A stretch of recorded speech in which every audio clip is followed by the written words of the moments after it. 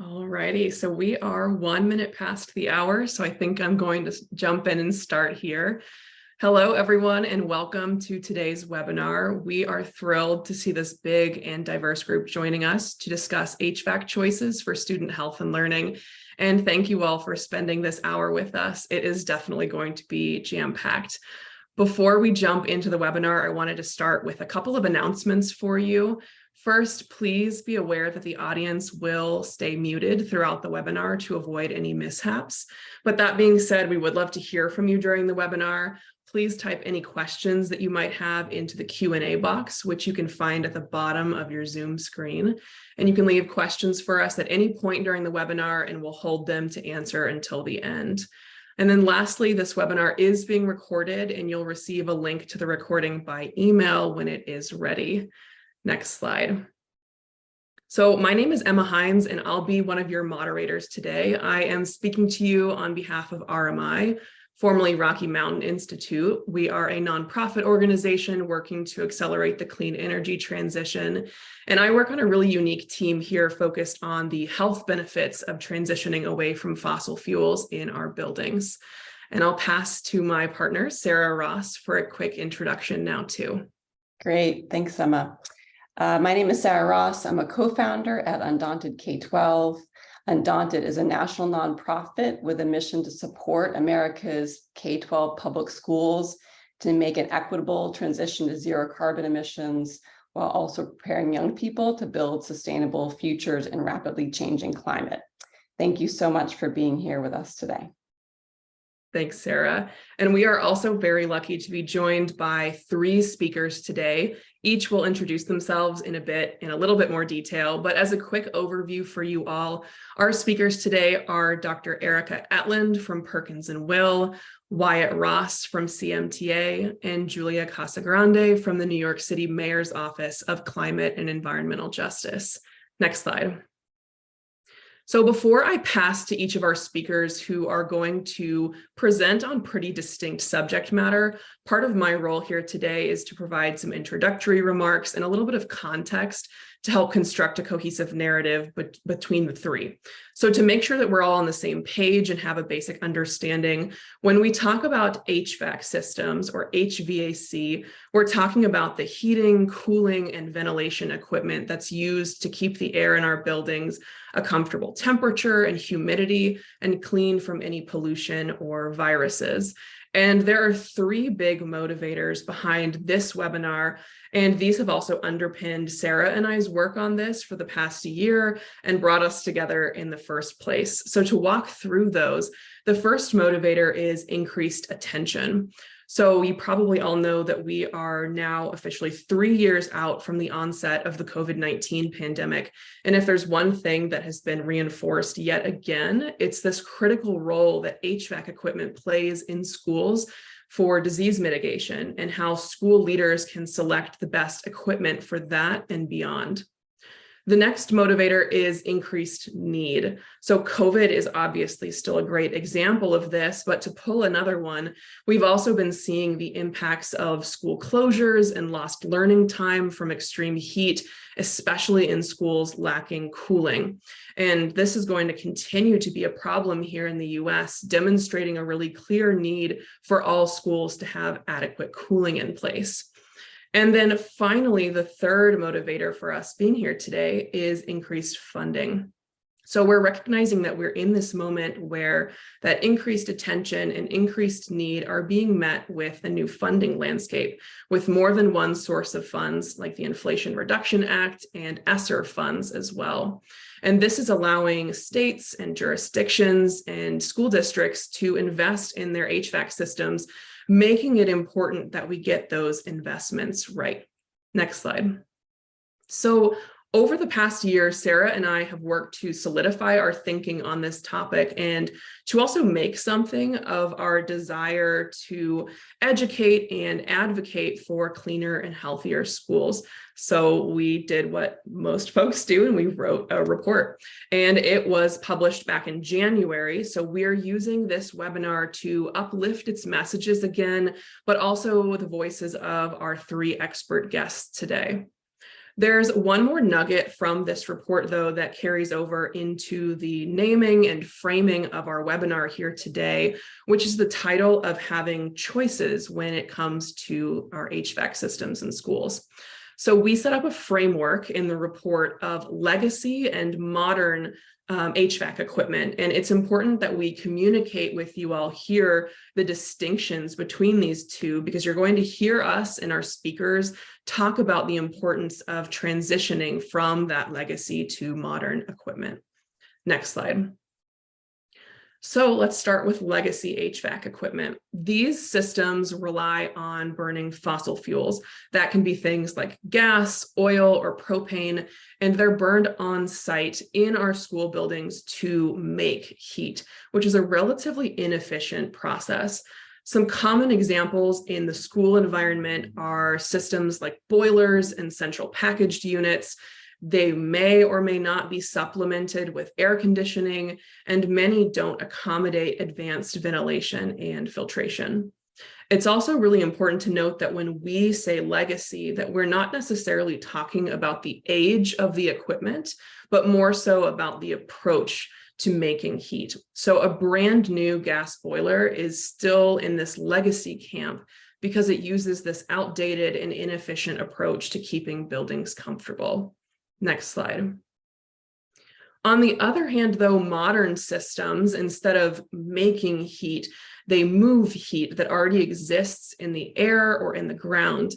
And by using this approach of moving heat, we can both heat and cool our indoor spaces with just one really cool piece of equipment, and that's called a heat pump. This approach doesn't involve combustion of fossil fuels. It can be powered with clean, renewable energy, and it's vastly more efficient than burning fossil fuels, and it does a better job of ventilation and filtration. This transition to modern equipment is already happening in leading schools today, which you'll hear about in a little bit, and it really is the future for all schools. Next slide. So I'll wrap up this background by sharing that there are 3 key messages that we want to deliver in today's webinar, and each of our guests will speak on a portion of these messages. So the first big one is that transitioning to modern HVAC systems is critical to student health and learning. Our second message is that over the past few years, and especially now with the passage of the Inflation Reduction Act, that the economics are changing in favor of all electric and high performance HVAC options. And then third, which is really exciting, is that we already have fantastic examples of how states and jurisdictions and school districts are taking action on this transition. So now, with all of that background in mind, it is my pleasure to hand the mic over to our first speaker, Dr. Erica Etland, who is a true expert in connecting building quality to student health and performance. And she is going to dive deeper into this first key message for us. So take it away from here, Erica. Awesome. Thank you, Emma. Hi, everybody. I get to be sort of today's hype woman, I think, which is, so my name is Dr. Erica Etland, and I'm the director of the Human Experience Lab here at Perkins and Will. And much of my research is focused on how K-12 buildings impact child health and really what do we do about it. So to kick us off today, I'm going to go into 2 critical questions. First, the why now and why HVAC. So we're going to get into it. So the first piece here is that this is not new. And this discussion of ventilation in K-12 is not really something we have ever left in our sort of discussion. You know, it dates back to reducing tuberculosis infections in the early 20th century. And yet, what's interesting to me when I look at these images from almost 100 years ago, we weren't able to radically change the way that we responded to this last pandemic. We had outdoor classrooms, we opened windows. And so on the next slide, it highlights the fact that this is, you know, our buildings need to be thinking about this radically, and that as we modernize our K-12 buildings, that this isn't just sort of improving air quality for a pandemic, it's even looking right before. So if we think about 2019, we had a measles outbreak that spread through coughing and sneezing. This impacted 22 states at the highest level since 1992. Then we see that this is an equity issue. And so we're also recognizing that there's just persistent inequities when we think about asthma, which is a one of the largest determinants of chronic absenteeism. And then we just have seasonal issues like, seasonal flu that is impacting 18 states also in 2019. So as I go through this and I think about, well, why now? On the next slide, it's really about getting into the data. And so we have growing evidence that our K-12 facilities are in need of replacement or repairs. And, if we look at this 2020 congressional report, what we see is that 54% of public school districts needed to update or replace multiple building systems, but 41% of school districts needed significant HVAC system updates. And so this is equivalent to 36,000 schools nationwide. So this is a really important time for us to think about, well, what is this evidence and what do we do about it? So next, let's get into the sort of why now from a human side. We all fall into the trap of maybe prioritizing the building, but it really comes down to people. And so when we think about improving our students' environmental quality, it's going to have lasting impact on their growth and development. So every decision we make now actually helps when we think about the fact that by the time our students graduate 12th grade, they've spent 15,000 hours in their school building, their lungs have continued to develop and sort of function in a certain way. We know that kids are breathing 50% more air. And so all of these aspects are leading to sort of an increased susceptibility that we need to be thinking about. This isn't just an office building. This is really something where the people who occupy this space make this an important priority.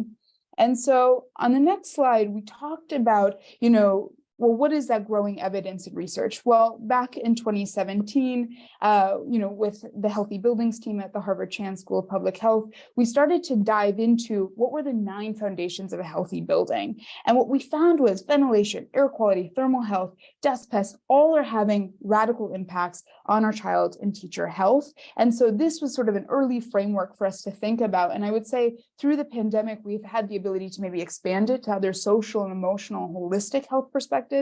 But for today, I want us to just get into this. So on next slide, we see that we have this incredible report that kind of does all the synthesis for you. So if you're enthusiastic about acoustics, by all means, knock yourself out. But we found out that what was really important is that there's this incredible body of research that goes beyond even our RMI report, but allows us to really understand what happens if we don't make these health-based decisions.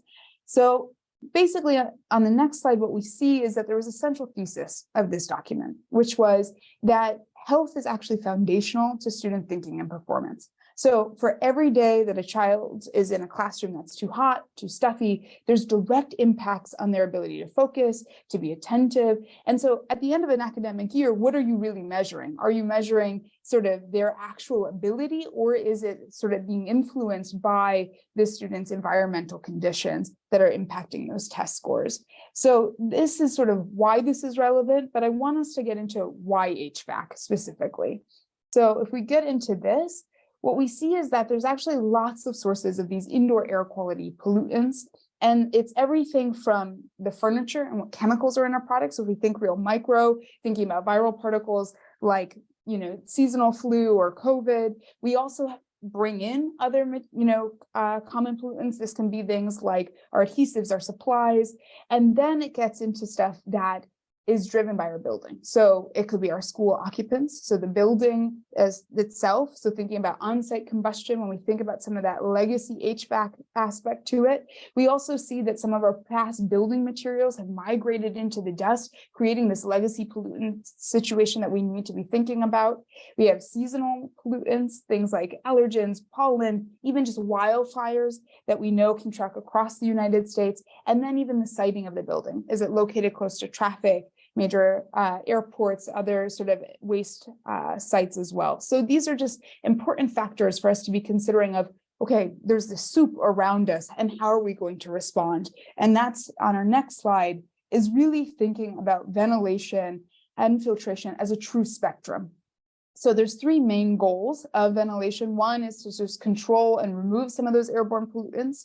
The second is to dilute indoor air with fresh or clean air. And that's the assumption that the outdoor air is cleaner than our indoor air. And then the third is managing temperature and humidity. So these are opportunities for us to think that it's not, well, do you have ventilation? There's lots of, nuance in that conversation that we'll get into today. But again, focused on health, if I think about the next slide, what we see here is that, again, that foundational piece. We know that when we underventilate our classrooms, we have increases in viral infections, increase of wheeze, sick building syndrome symptoms, even just satisfaction decreases. And with that comes, decrements in attention, comprehension, concentration. So no wonder then we see that there's impacts on our standardized tests. And I love this study on the next slide, which is just basically saying that, a poorly ventilated classroom is equivalent to a student skipping breakfast. And yet we have universal breakfast, programs across the US to fill that need because we know it's important.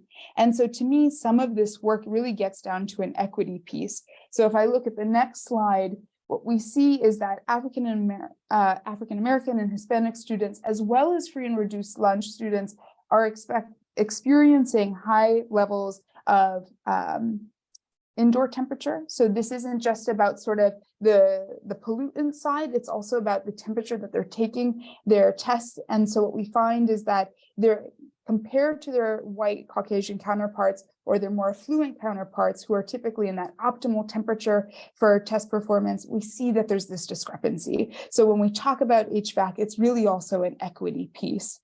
And so to kind of nerd out a little bit more on thermal comfort, on the next slide, one thing I would like us to sort of start thinking about, and this was really critical in the Healthy Buildings work at Harvard with Joe Allen, was really shifting our conversation around thermal comfort, which is really just a subjective measure of, how hot are you in this space? Are you comfortable in this environment? And really acknowledging that children have higher baseline metabolic rates, they have higher core body temperatures, their ability to acclimatize is not the same. And so when we even think about, how some of these standards were created, like ASHRAE 55, we find that, they're not maybe meeting the needs of a very sort of active third grade class, perhaps, and that they were based on sort of men in three-piece suits. So we have to sort of shift our thinking to something around thermal health. And so this is an assessment that's bringing in some of those personal factors, clothing and metabolic rate and physical activity. So on the next slide, we're jumping into the fact that, we see that there's this U-shaped relationship, that there's also cold stress as well as heat stress. And so being able to provide both heating and cooling in our buildings is critical, because when we see that we kind of go to those either extremes, there's impacts on, our memory, our reasoning, and our skills that make us sort of more susceptible, and especially young students.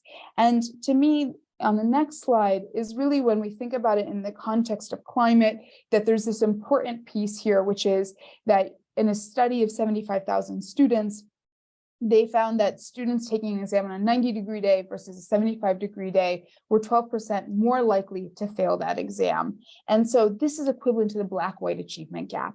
So we have a real important focus here, where if we think about the average life of a school building, how many 90-degree days are in our future? And so with that, I want us to kind of get into the action. And so that is it for me. So thanks so much. On the next slide is just my contact info and some other resources. And we get into indoor air quality a lot more in depth on a podcast called Inhabit, which is a Perkins and Will production. So thanks so much. Thank you, Erica, for giving us an all too quick dip into this really deep body of research that connects the built environment with our human health. So now we're going to hear from Wyatt Ross. Wyatt is an energy and sustainability engineer with CMTA. CMTA is recognized as a national leader for delivering high-performance sustainable projects. Their portfolio includes the first net zero school in the country, Richardsville Elementary in Kentucky, over a decade ago. It also includes more recently the first, as far as I know, net zero school retrofit, Buckley Elementary in Connecticut. And it includes the first building to combine WELL certification and net zero, which happens to be CMT's very own headquarters in Louisville.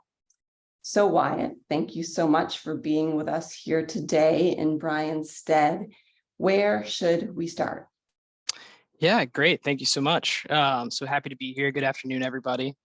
So in addition, to talking about the health benefits and performance ramifications of our HVAC systems, we also want to talk about the environmental impacts that our HVAC systems can have in our schools. And so today I want to talk a little bit about what these modern systems look like in juxtaposition to kind of this legacy equipment that we're talking about, and what that means from an emission standpoint from our buildings, and then also what are some tools and some recent legislation that we can leverage to help achieve and implement and deploy these systems. So if you jump to the next slide. So with these modern systems, kind of a core concept that we're looking at here is the concept of electrification. And so when we're talking about electrification, what that means is it's the switching of utilizing combustion on site in our buildings to generate heat as it relates to HVAC, and switching to systems or technologies that are fully electric. And the reasoning behind this is that when we switch our buildings to utilizing systems that are electric, eventually we can depend on renewable energy such as solar, nuclear, wind, hydro, to generate that electricity.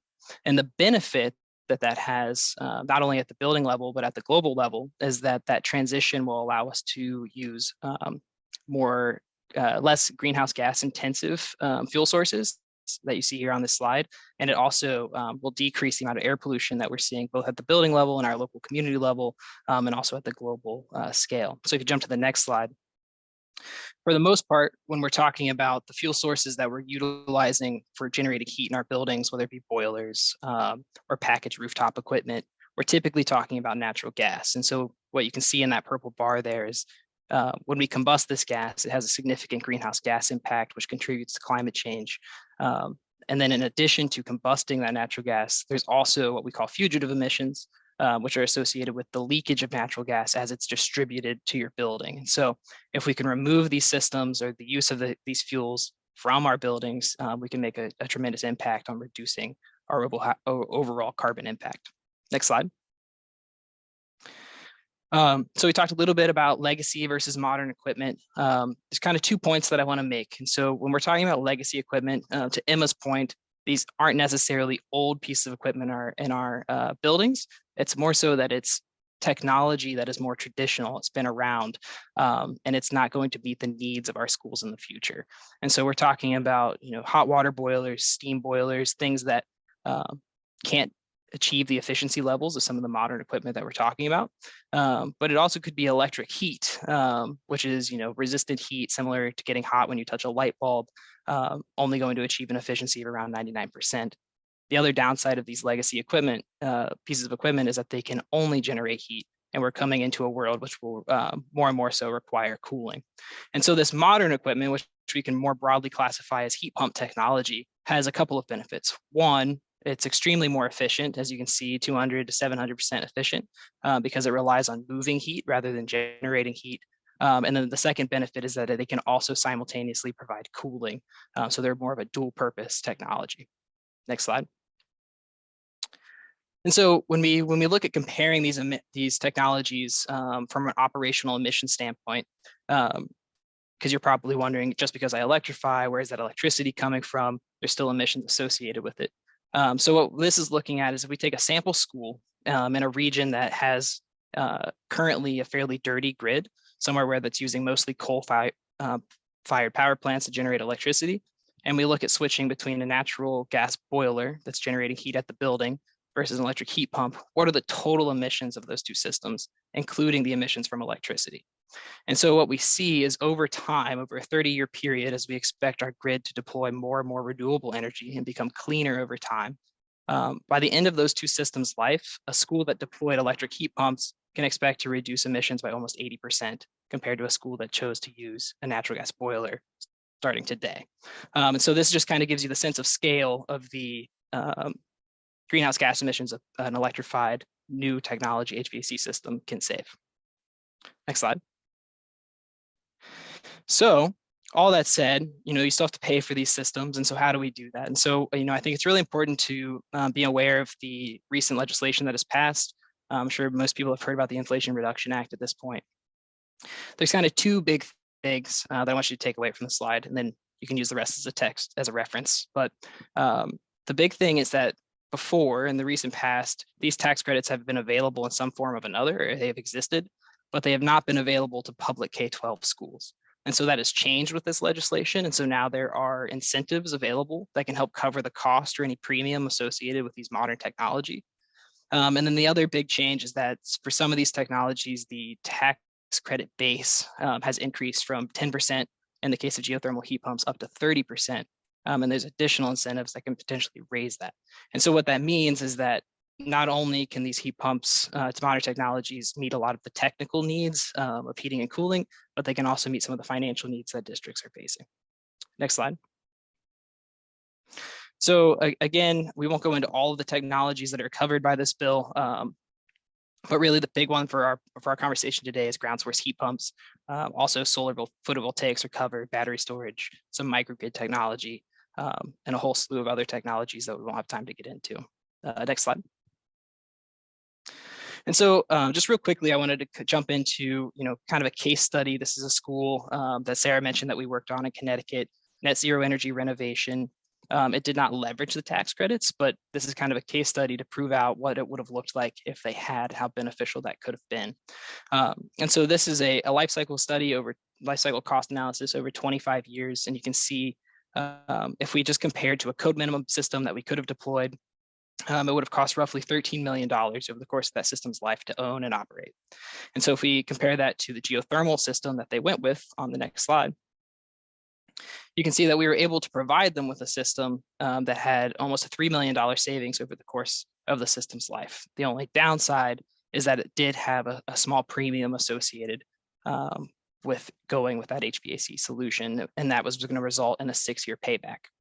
So if we jump to what these new tax credits could have done for the financial story of the system, is that it would have resulted in a 34% tax credit that could have covered 34% of the total cost of the entire HVAC line item associated with the system, and reduced the 6-year payback to 1 year. So almost an immediate return on investment, and saved $5 million over the course of the system's life for that district. And so the key takeaway here is that with these tax credits, one, before the tax credit, this HVAC system still made a lot of sense and had a lot of merit for all the health reasons that Emma was talking about, or sorry, Erica was talking about, as well as the energy savings associated with the system. But with the tax credits, it almost becomes this no-brainer, first cost, best option, and then all of those ancillary benefits as well. And so this just shows the magnitude of impact these credits could have for looking at these options. Next slide.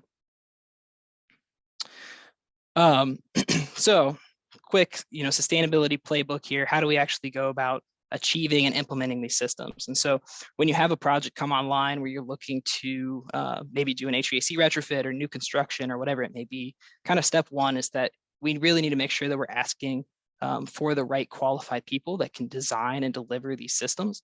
And so including language in our RFPs that talk about performance outcomes, whether it be the health and wellness outcomes, the energy savings, the system types. If you're asking the right questions in the RFP, you'll bring people to the table that can deliver those solutions.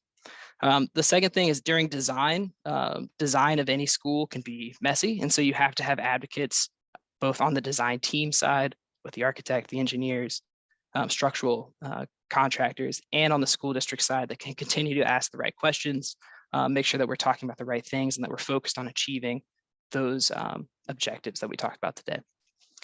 The third thing, and this one's really important, as we transition to more and more modern systems and away from traditional systems where contractors and estimators are more familiar, that transition can be a little bit of a pain period. And so estimators, if they aren't super familiar with these new systems, you might see them put in some buffer or safety factors associated with the cost of these new systems.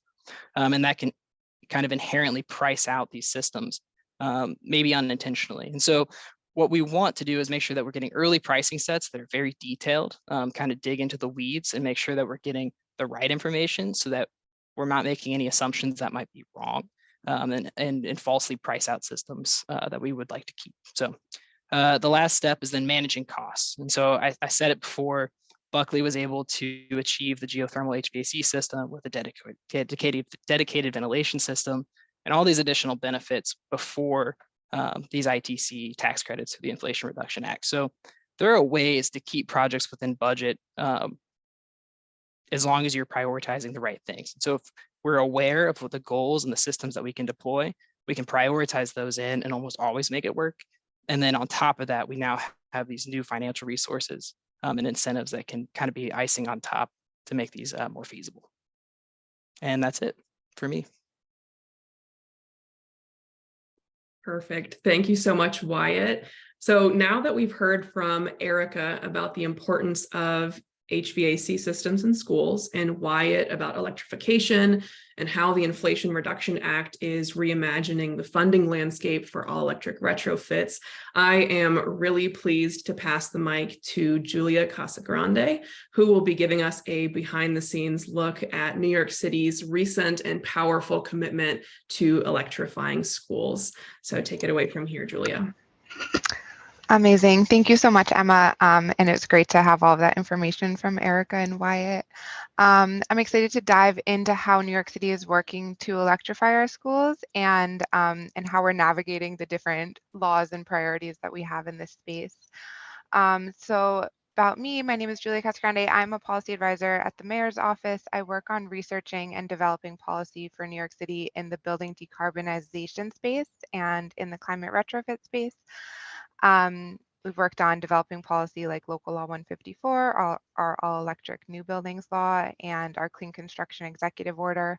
But I also work on coordinating and advising city agencies that are doing decarbonization work, particularly when there are multiple agencies involved.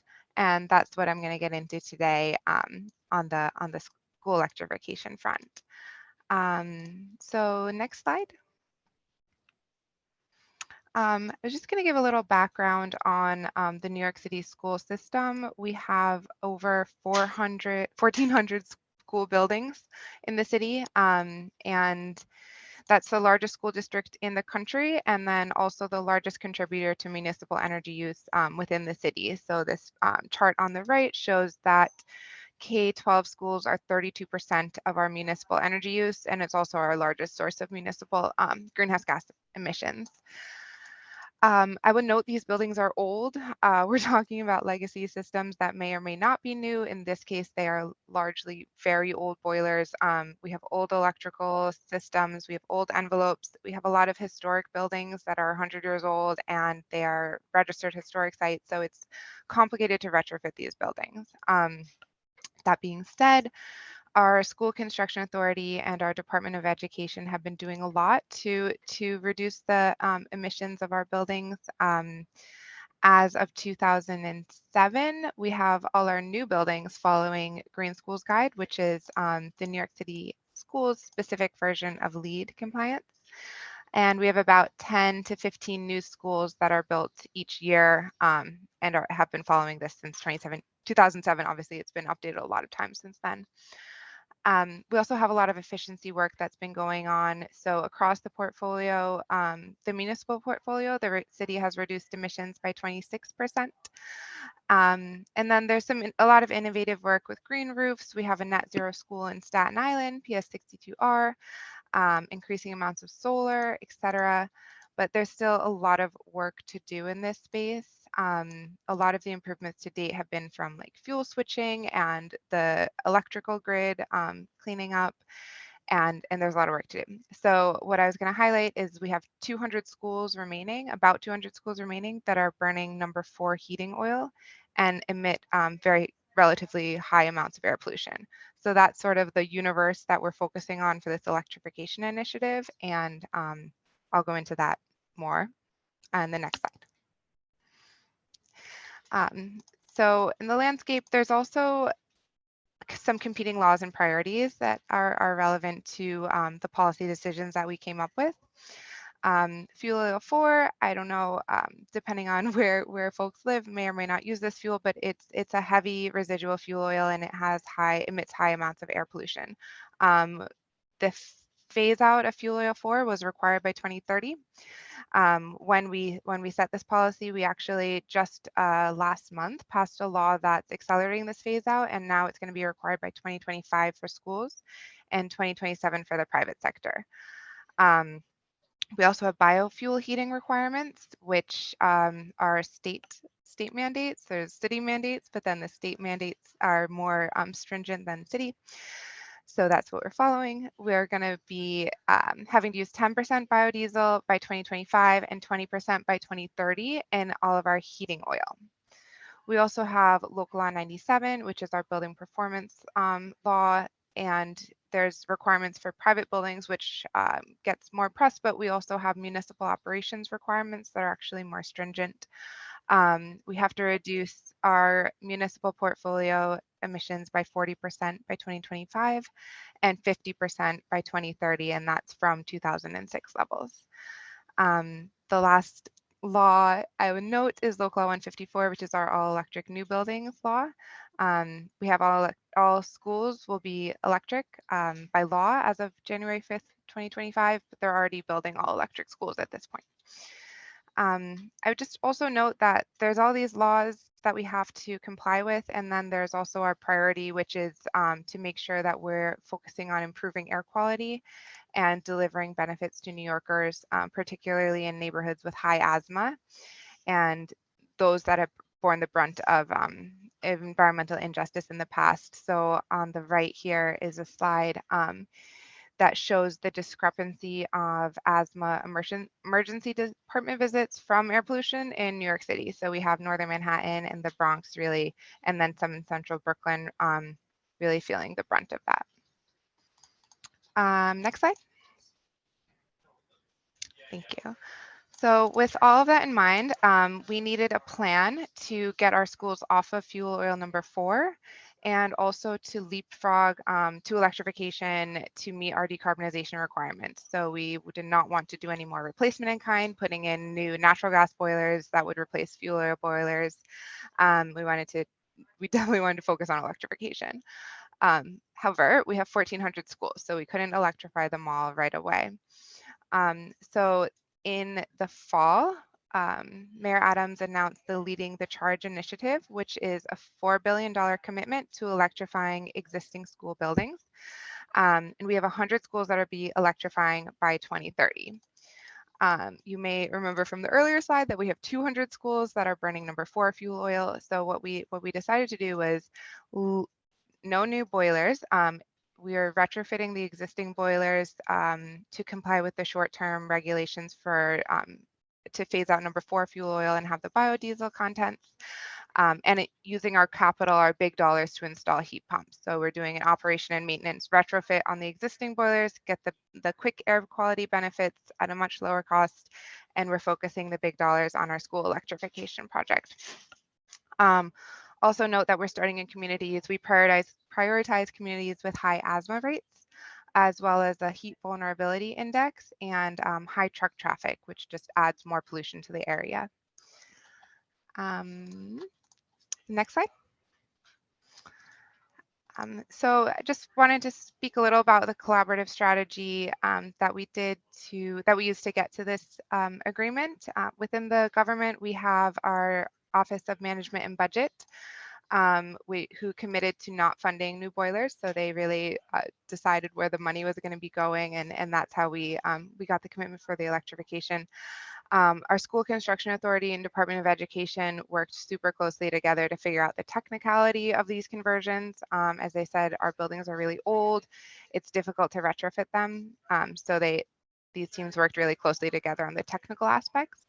Our Department of Citywide Administrative Services oversees our portfolio of energy use for the city at large. So we worked with them, and then our office more on the policy and advising. We also we've had a lot of support for this initiative. Environmental justice groups, labor unions, and community groups have been advocating for school electrification way before this announcement was made. There was a Creating Green Healthy Schools initiative that was directed specifically at the mayor's office to implement changes such as this. Of course, there's more to do, and they continue to helpfully push us to go further.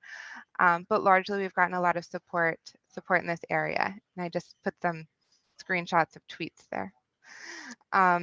On expected outcomes, we saw a huge air quality improvement from when we phased out number 6 heating oil, which was the prior phase out. This was completed by 2016. From that phase out, we see an annual reduction of 1,200 tons PM2.5 in the air around New York. and that prevents 210 approximately premature deaths annually.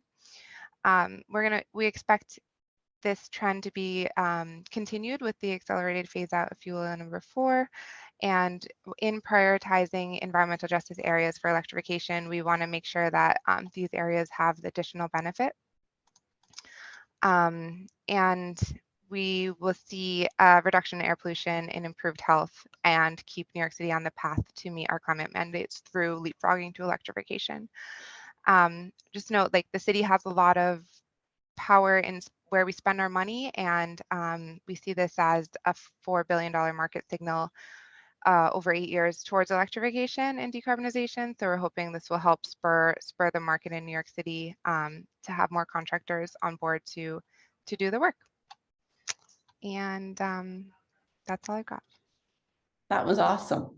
That was awesome. Thank you so much, Julie. The work that you all are doing in New York City is really nation leading, and we're so thrilled that you could share it with the audience today. We hope these panelists have inspired you all to think about what is possible in your own communities. After all, there is so much to be gained. You can read more about the 6 benefits of moving to all electric high performance systems in the paper. Our speakers touched on almost all of the benefits here today. And so right now, I'm going to assume that you're with us and that you are compelled and that you are ready to move to action. So let's go to the next slide. The report has a recommendation section at the end that is organized by role. So are you a state policymaker? Are you a school board member? Are you a parent? We've offered our thoughts on how you can champion the work from wherever you sit in the world. So please take a look at those recommendations. So I'm actually going to focus now on the potent moments for intervention that we cannot afford to miss. The first is new construction. New construction is one of those rare opportunities when we hold the responsibility of making good 50-year choices. So we really need to ensure that all new construction incorporates this modern HVAC technology.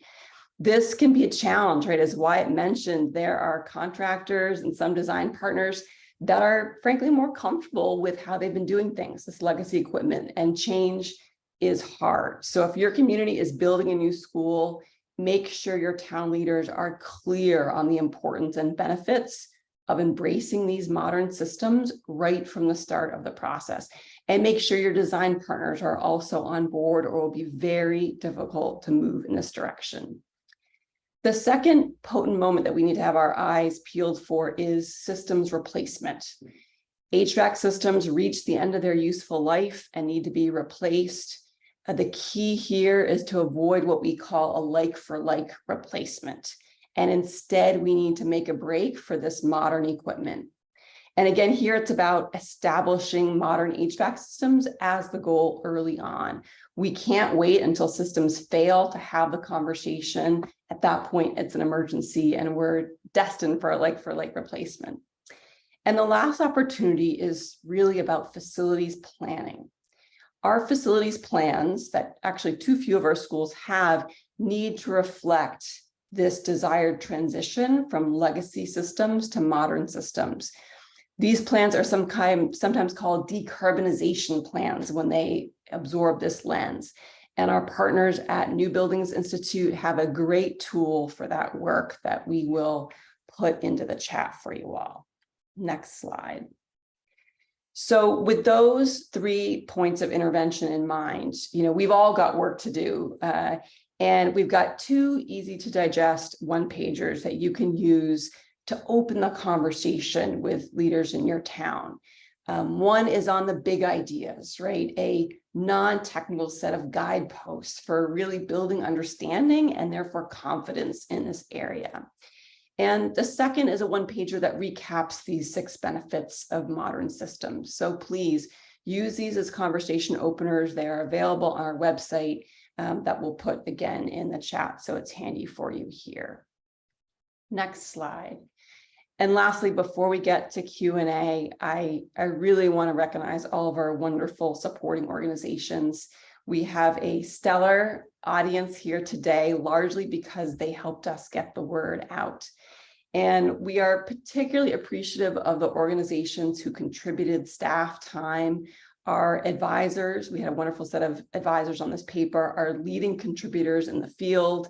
And we are so grateful that they devoted time to improving our thinking and our writing on this topic. So a big shout out to ASHRAE, the Center for Green Schools, the Collaborative for High Performance Schools, CMTA, New Buildings Institute, Perkins and Will, and Stanford. So thank you so much.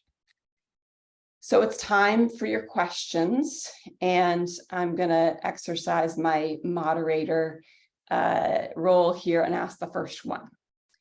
So for each of our panelists, in 30 seconds, this is your short little sound bite. Tell us what is the most important thing that you want the audience to take away from your presentation. And we're going to go in order. So Dr. Etland, Erica, you are up first. Awesome. So, I mean, I think one thing that became really evident from the chat is that HVAC is a part of this, but it is not the whole solution. And I think we have to really be thinking about, especially when we're talking about equity, that we take sort of this look at the hierarchy of controls and where is HVAC a part of the solution, but recognizing that all buildings are not going to be able to kind of get to the Ferrari of HVAC systems, that we need to be able to sort of think about where does behavior change come in terms of energy conservation, where does it come in terms of reducing, asthma triggers. So I do think there's, just something that I feel very strongly about that's coming through the chat is that it's not just about outdoor air pollution, it's about the indoor. And I think that's where sort of the human behavior side complements some of these HVAC decisions. And then real quick, coming from an architecture firm, I think it's really important that you see yourselves as advocates to hold them accountable, to make sure that they're giving you the life cycle costs, that they're really trying to sort of work dynamically with people like CMTA and having the correct engineers on the job to make sure that they're providing sort of the full energy savings. Because I know there's some back and forth that health is, wow, we're talking about health first and not about energy, but I do think it's so often forgotten about what we're really trying to get to. And it is so foundational to sort of the main purpose of a school. So let's think holistically about all of this. Great. Wyatt, that was Erica's 30 seconds, maybe. What's your 30 seconds? Great.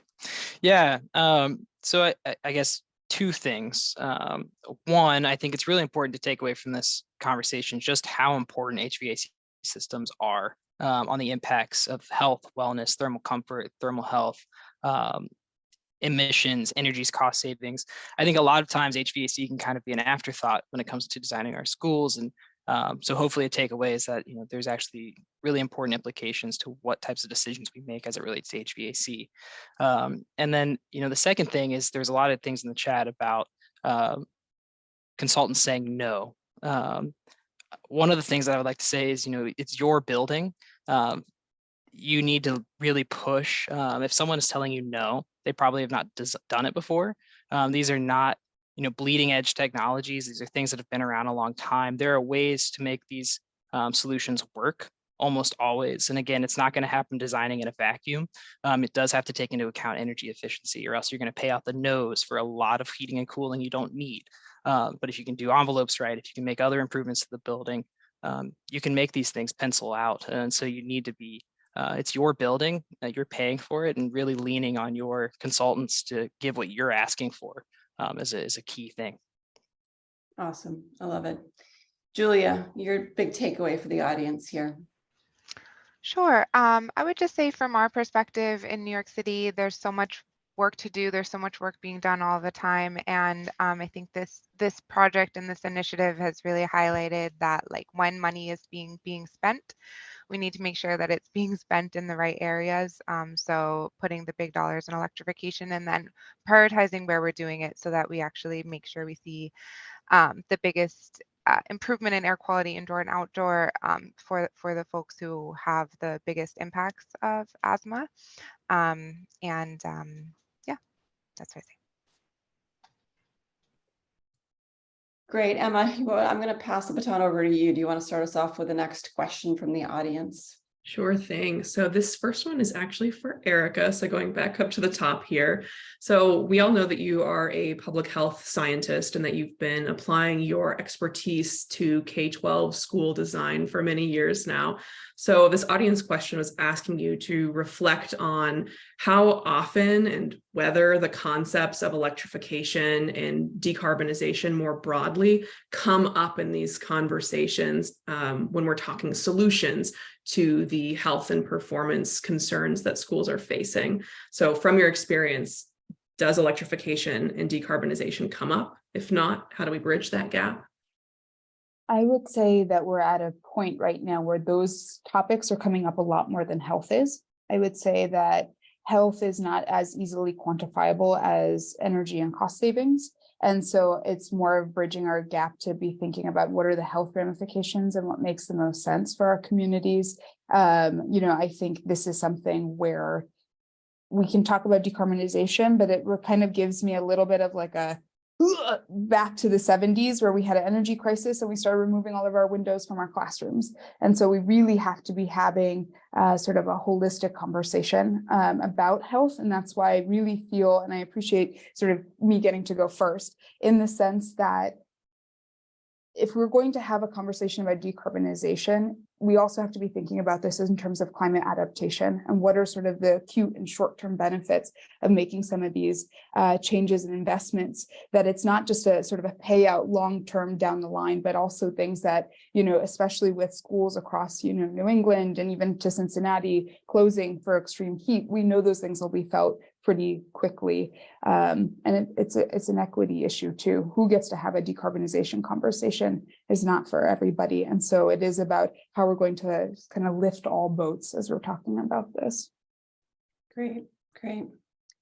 Why I've got a question for you, and it builds on some of what Erica was saying earlier too. So, when I think about districts that are building new schools right now, I mean, here I am on my high horse talking about how we can't miss this opportunity. And yet, as you know, probably better than anyone in this room, construction costs are really high, right? And community leaders are understandably sensitive to increasing tax bills. What would you say to a school building committee that is contemplating a gas boiler in new construction today as a response to those, very real, very challenging fiscal considerations? I mean, Erica talked about a Ferrari. Can we afford the Ferrari? Mm-hmm.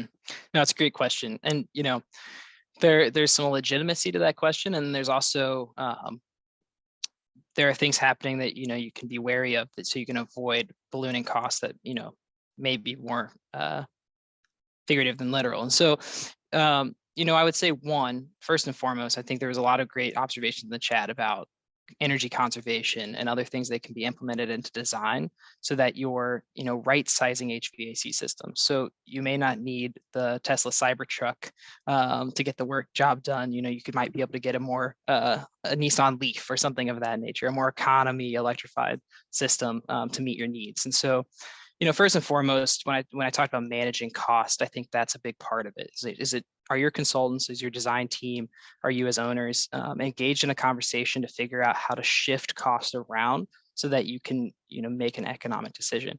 The second thing is, the reality is that there is inflation in the construction market right now, and costs are ballooning, and being able, in decades past where you really could almost always keep these systems within budget, that can be tougher to do right now. And there is a premium associated with these systems. And so leveraging the ITC, I can't emphasize that enough, these new tax credits that are available. You may not be able to go geothermal, and so your tax credit options may be limited. But if that's an option, if you have the land area, if you've minimized your loads enough to where you don't need as large of a well field as maybe you would for the standard construction, you can leverage those tax credits, and that can be in transformational as far as the financials of that project, making it the lowest first cost option. So I would make sure that you've explored all options if you're going down that route. The other thing that I would add is if you think about that 30-year time horizon that I said, where I showed a heat pump compared to a natural gas boiler.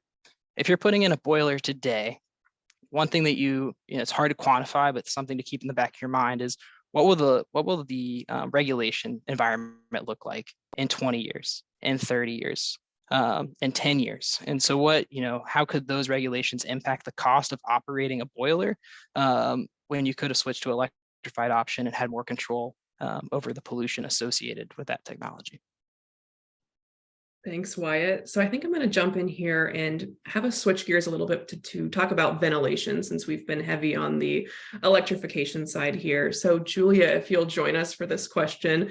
The New York City commitment is very focused on electrification of space heating equipment, but as we've talked about today, ventilation is key to student health as well. So curious if you could give us a little bit of the details on how ventilation fits into this decarbonization plan, and how do you see electrification unlocking those complementary efforts on ventilation?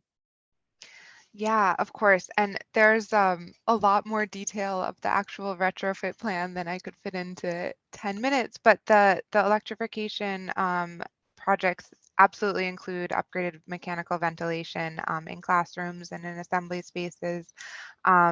There's also, we understand the link between adequate ventilation and performance, and the school department makes sure that what we have is optimized and what we're doing is providing more ventilation as we're moving forward.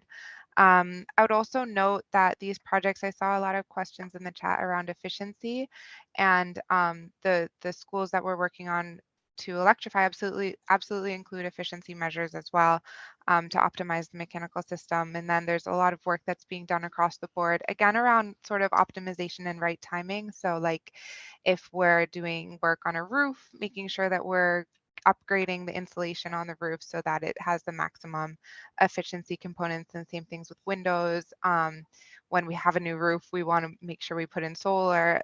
So I think with a portfolio of this size, a lot of the work is around planning and strategizing how to make the best use of sort of existing work that will go on, so that we can incorporate ventilation, electrification, and efficiency as well. Great. Thank you, Julia. Back over to you, Sarah. We might have time for one or two more questions. Great. I guess I'll go back to Wyatt here for one more question on the cost side. Are the costs for Buckley that you presented, are those just for the ground source heat pump system, and how do you think about that within a broader cost environment? Like, were you able to deliver that project, which was net zero, a Renofit, and ground source heat pump? Like, how did the overall project cost per square foot kind of compare with a conventional approach? Yeah, that's a great question. So the cost in the life cycle analysis I presented were specifically for the HVAC equipment. So I think, around $4 million upfront for the base case.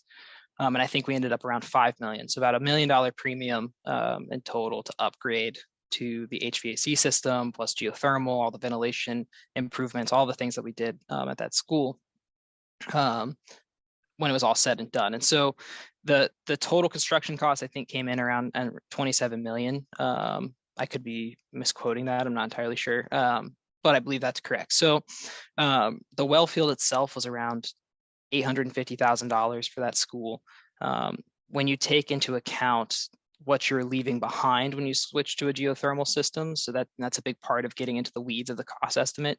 You no longer need the boiler, you no longer need the cooling tower, you no longer need the natural gas service to the building potentially if you're fully electrified.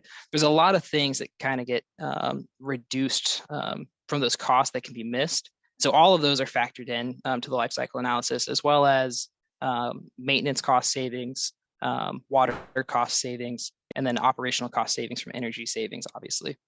And then with the tax credit, in the case where we could have potentially, if this had happened a year later and Buckley could have leveraged the ITC, the way that is working, because I saw a bunch of questions in the chat about it. And so the reason that K through 12 public entities, they're tax exempt normally, the way that you can receive those tax credits is through what's called a direct payment.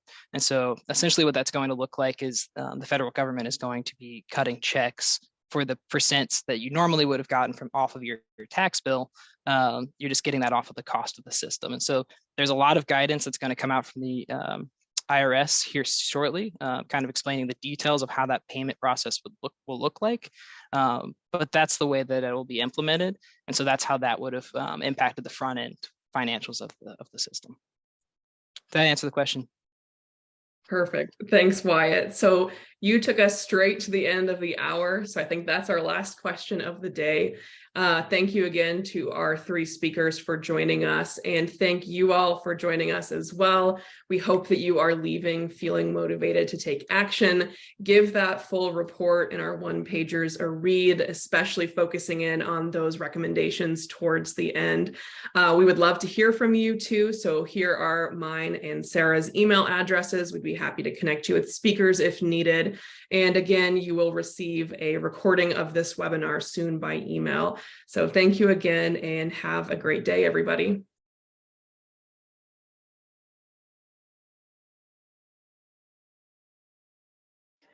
Hello, everyone. Welcome to our webinar today. This webinar is being presented by Clean Energy Group, and our topic for today is electric vehicles and equity. We have a very exciting panel of speakers with us. Before I pass it over to them, I'd like to go over a few very quick webinar logistics. You have a couple of options to join the audio portion of our webinar. You can call in via telephone or connect via your computer mic and speakers. If you'd like to minimize your webinar console so that you can view the presentation full screen, you can click on the orange arrow that you see circled on your screen here. You can also click on that orange arrow to expand your webinar console. And one thing that you might like to do with your webinar console is to submit your questions and your comments. We will be saving about 15 minutes following our presentations for a Q&A with the audience, and we'll get to as many questions as we can. So do type your question in when you think of it. Try not to wait until the end, but we'll get to as many as we can. A final note, this webinar is being recorded. We'll send you an email either this afternoon or tomorrow at the latest with a copy of the webinar slides as a PDF and the video recording of the webinar. Those will also be posted on our website, cleanegroup.org/webinars. And that's a good website to know because it is also where all of our upcoming and archived webinars are posted. So with that, I will now pass it over to my colleague, Shelley Robbins. Shelley is a project director here at Clean Energy Group, and she will be moderating our webinar today. Thank you, Sam. Clean Energy Group, CEG, is a foundation-funded nonprofit organization. Our work involves providing technical assistance, policy support, as well as information on clean energy topics. Our partner organizations include state and federal agencies, industry, utilities, developers, NGOs, and national labs. Next slide.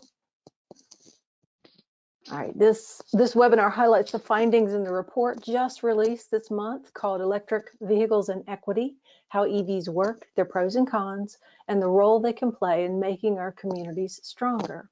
The report was prepared for CEG by Michael Brower, who will be our first speaker. Next slide. Michael Brower is the former president of AWS True Power LLC, a global renewable energy consulting firm, and the former vice president for renewable energy at Underwriters Laboratories. A physicist by training, Michael is currently a partner at Clean Energy Ventures Group, not to be confused with Clean Energy Group. And then we also have Nathan King with us today to dive in on the charging challenge, especially in urban areas, and he offers some solutions. Nathan King is the co-founder and CEO of It's Electric Inc. It's Electric is a Brooklyn-based curbside electric vehicle charging company purpose-built for cities with a mission to unlock access to clean vehicles for millions of drivers who park their cars on the street. It's Electric will accomplish this by building a publicly accessible curbside charging network utilizing existing private residential electrical distribution. Sorry, it's a mouthful. And with that, I'm going to go ahead and turn it over to Michael to begin his presentation. Thank you. Well, hi there, everybody. Thank you very much for that introduction. I will be turning off my video feed to preserve the internet bandwidth, but let me know. I'm looking forward to your questions and comments later on. I wanted to start by jumping to the outline of our webinar today. We're going to touch on the topics that you see here on the list. First is the revolution that's been happening in the last 20 to 25 years in electric vehicles, and what that means for us as potential owners of EVs, why that revolution is happening, and so on. The next topic is how EVs can really help communities to meet their environmental and economic goals, and some of the challenges that communities encounter in doing so. A special topic that we want to touch on is the case for resilience. All of us, I think, remember the Hurricane Sandy and some of the other natural disasters that have occurred in which power outages have played a big part. And EVs offer a unique capability to help address that concern. And so we want to touch on that here. We're very fortunate to have Nathan King joining us to talk about what we're calling here the charging desert that is affecting many inner cities, and some different approaches that can be taken to addressing that. And last, we'll touch on just a general overview of the guiding principles that we think should inform policy solutions to accelerate the use of EVs in our communities. I always like to start with a little bit of history. Electric vehicles, we tend to think of them as brand new, but in fact, they've been around as long or even a bit longer than gasoline-powered cars. And you see here a couple of models from the late 1800s, which were the first commercial models of both electric cars on the left and gas-powered cars on the right. Needless to say, by the beginning of the 20th century, gas-fired cars or internal combustion engine cars became the dominant form of transportation in the world, largely because batteries and electric motors were of limited capability at that time and couldn't really compete with what gas-powered cars could do.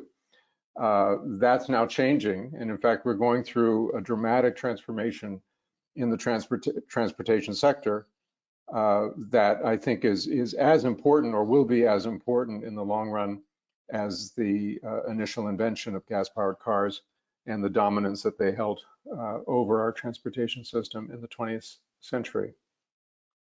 Today's EVs are very, very different, needless to say, and we've seen Teslas and many other electric cars on the road. Not many of us have looked under the hood to understand what the main components are of electric vehicles. You have to start with the electric motors, which are very, compared to previous generations, lightweight, deliver high torque. These are AC powered motors. They work on alternating current.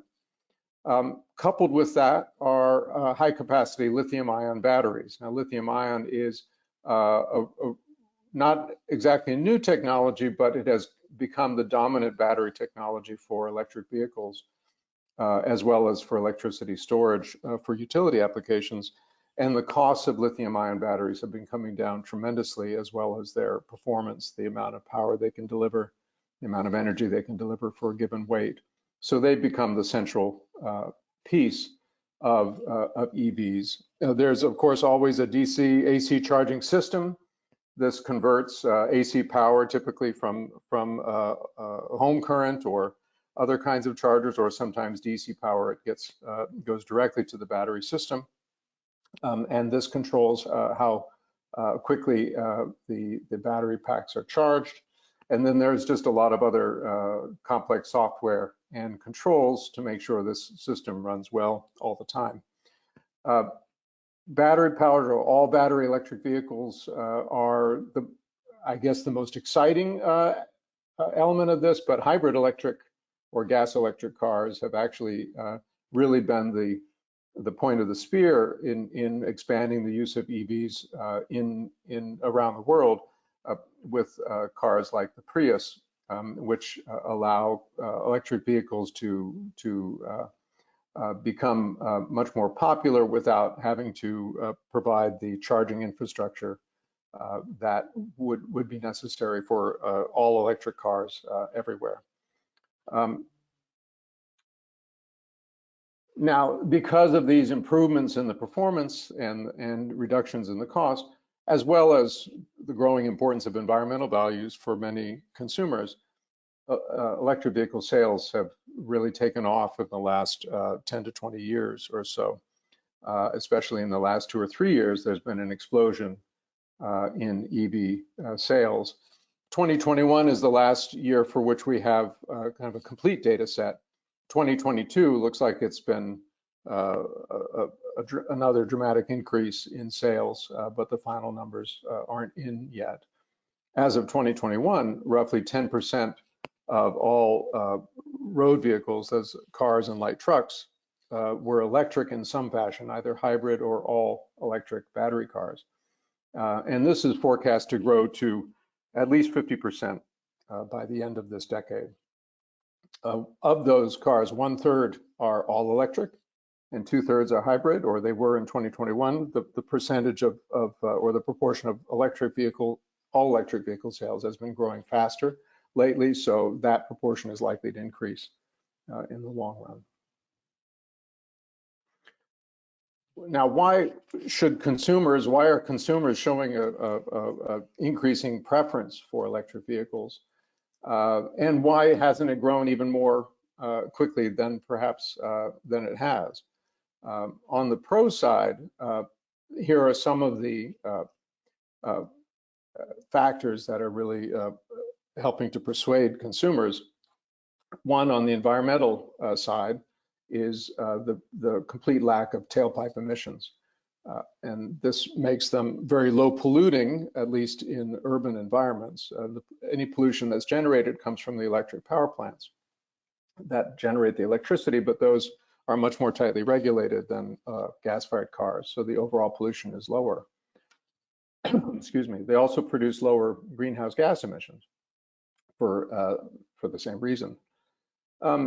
They have lower fuel and maintenance costs. Electric vehicles are very reliable, and because they're relatively simple machines compared to gas-fired cars, which have gearboxes and transmissions that make them mechanically more complicated.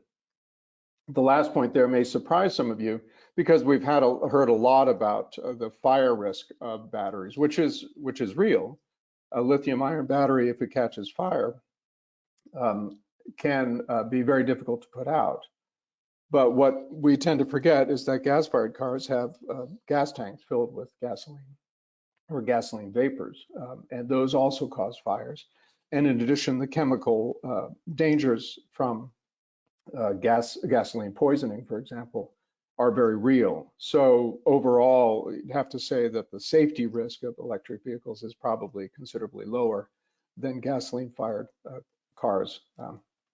On the other hand, and everybody knows that electric vehicles tend to have shorter range than gasoline cars, and this can cause a degree of range anxiety, it's called in the business, where people are concerned that they may not be able to find a charging point in time to avoid running out of power. And that's a real concern, even though for most daily driving needs, it's really not a big factor, especially if you can charge your car overnight at your home or in a street street charging point. There are, however, and we're going to hear a lot more about this from Nathan, there is a problem of limited access to charging points in some areas, especially in inner cities. That's a very important issue to address if electric vehicles are to become the dominant form of road vehicle in the future. Higher purchase price is another concern. There are tax credits and rebates that we'll talk about, but there's no doubt that this is that the higher purchase price discourages many consumers. And finally, there is legitimate concern about the environmental impacts of batteries and how they're manufactured and disposed of. Just touching on the total cost of ownership, this is combining the upfront purchase costs and the ongoing operating costs of cars. This chart compares electric vehicles on the left with sort of an average, weighted average of all cars that are sold in the market today. And you can see, first of all, that the purchase cost is a much higher proportion of the total cost of ownership for electric cars than it is for gasoline cars. And by the same token, operating costs are much higher for gasoline-powered cars. When you combine these two factors in total cost of ownership, however, electric vehicles actually come out pretty well. For comparable size cars and comparable type of car, EVs tend to be perhaps a little bit cheaper in the long run than gasoline-powered cars. But the best thing to say, the overall conclusion, is that the costs are very comparable. This comparison, by the way, doesn't include tax credits or other kinds of subsidies, which can definitely tilt the balance in favor of electric vehicles. What about those incentives for EVs? Well, it's become more and more complicated over time. There's been a federal tax credit for new electric vehicles for some time now. The total amount available is up to $7,500 for a new EV, which is a significant fraction, around half of the average difference in the purchase price for an EV compared to its closest conventional cousin.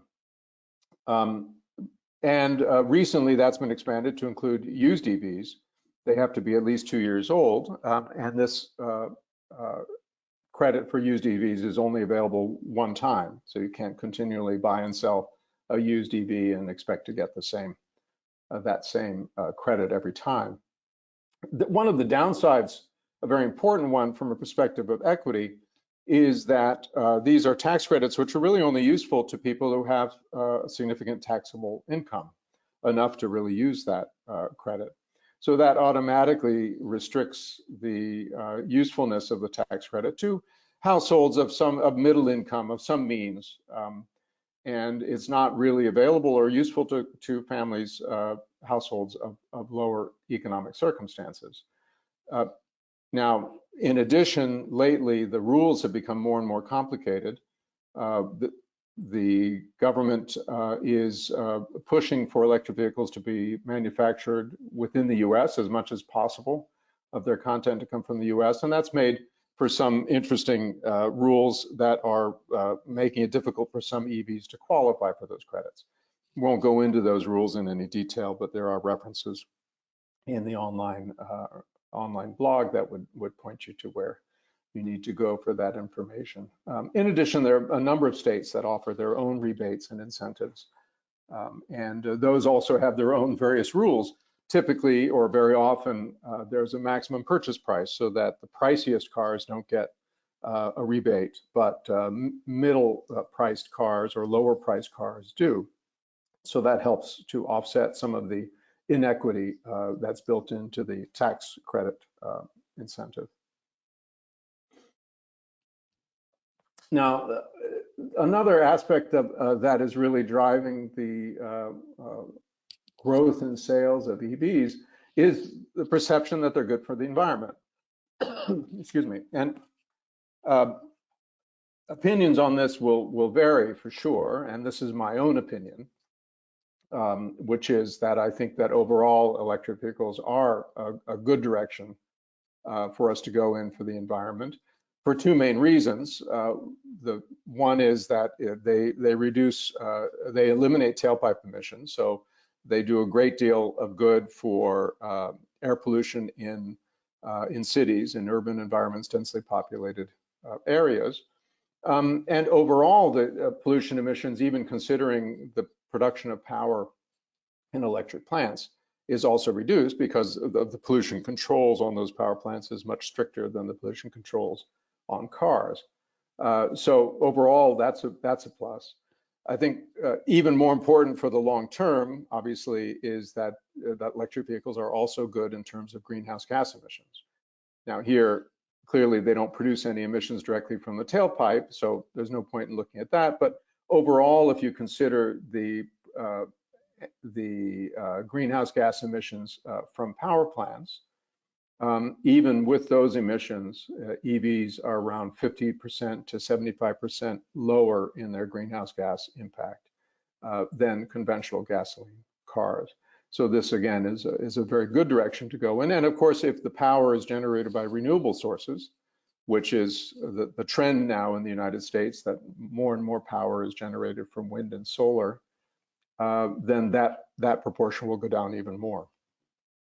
On the flip side, there is a lot of concern, very, very legitimate concern, about the mining of lithium and other components, other metals that are in batteries, and how the waste from those mining processes are handled, the water consumption that's required, and then at the end of life, what happens to the batteries when they are no longer useful? How are they disposed of, and are they recycled?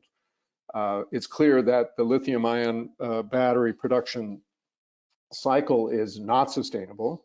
It has severe impacts in many areas, in the areas where mining is happening. This is in a location in South America. And so that is definitely something that needs to be addressed. There are potentially sustainable alternatives that are being explored, and they need to be developed as quickly as possible. Overall, I still think that EVs are good for the environment, but clearly we need to do better in the long run to make sure that they are fully sustainable. On the question of air pollution, there's been a lot of work done concerning the overall health impacts of air pollution and also the equity concerns around them. This is the result of work that's been done by a number of scientists showing that even though air pollution is no longer as serious as it was back when the Clean Air Act was signed, it remains a significant health concern for over 30% of Americans who live in locations that are where air quality is below EPA standards. The main cause of the roughly 100,000 to 200,000 premature deaths that occur annually, and we have to stop for a second and think about that number, that's a pretty dramatic number. And the largest contributor to that is fine particulates, which are called PM 2.5, referring to their size, 2.5 microns and below, and ozone, but primarily the fine particulates. And much of that comes from transportation, in particular diesel trucks and buses are a big source of that. Not only do these air pollutants continue to cause premature deaths, they also cause millions of asthma attacks, and there are links in research to delays in cognitive development and other problems. So of this overall issue, cars and trucks, road vehicles, are not the biggest source. They're responsible for about a quarter of the impacts, but they are a source of pollution that can be addressed directly by electric vehicles. And that's, I think, a very important reason to develop electric vehicles and to accelerate their adoption in the United States. An important consideration in that is not just the overall impact, but the fact that so much of the pollution impact is not equitably shared. In particular, lower income communities and communities of color are exposed to significantly higher amounts of air pollution than are white communities, or predominantly white communities. And the proportions here are quite striking, actually.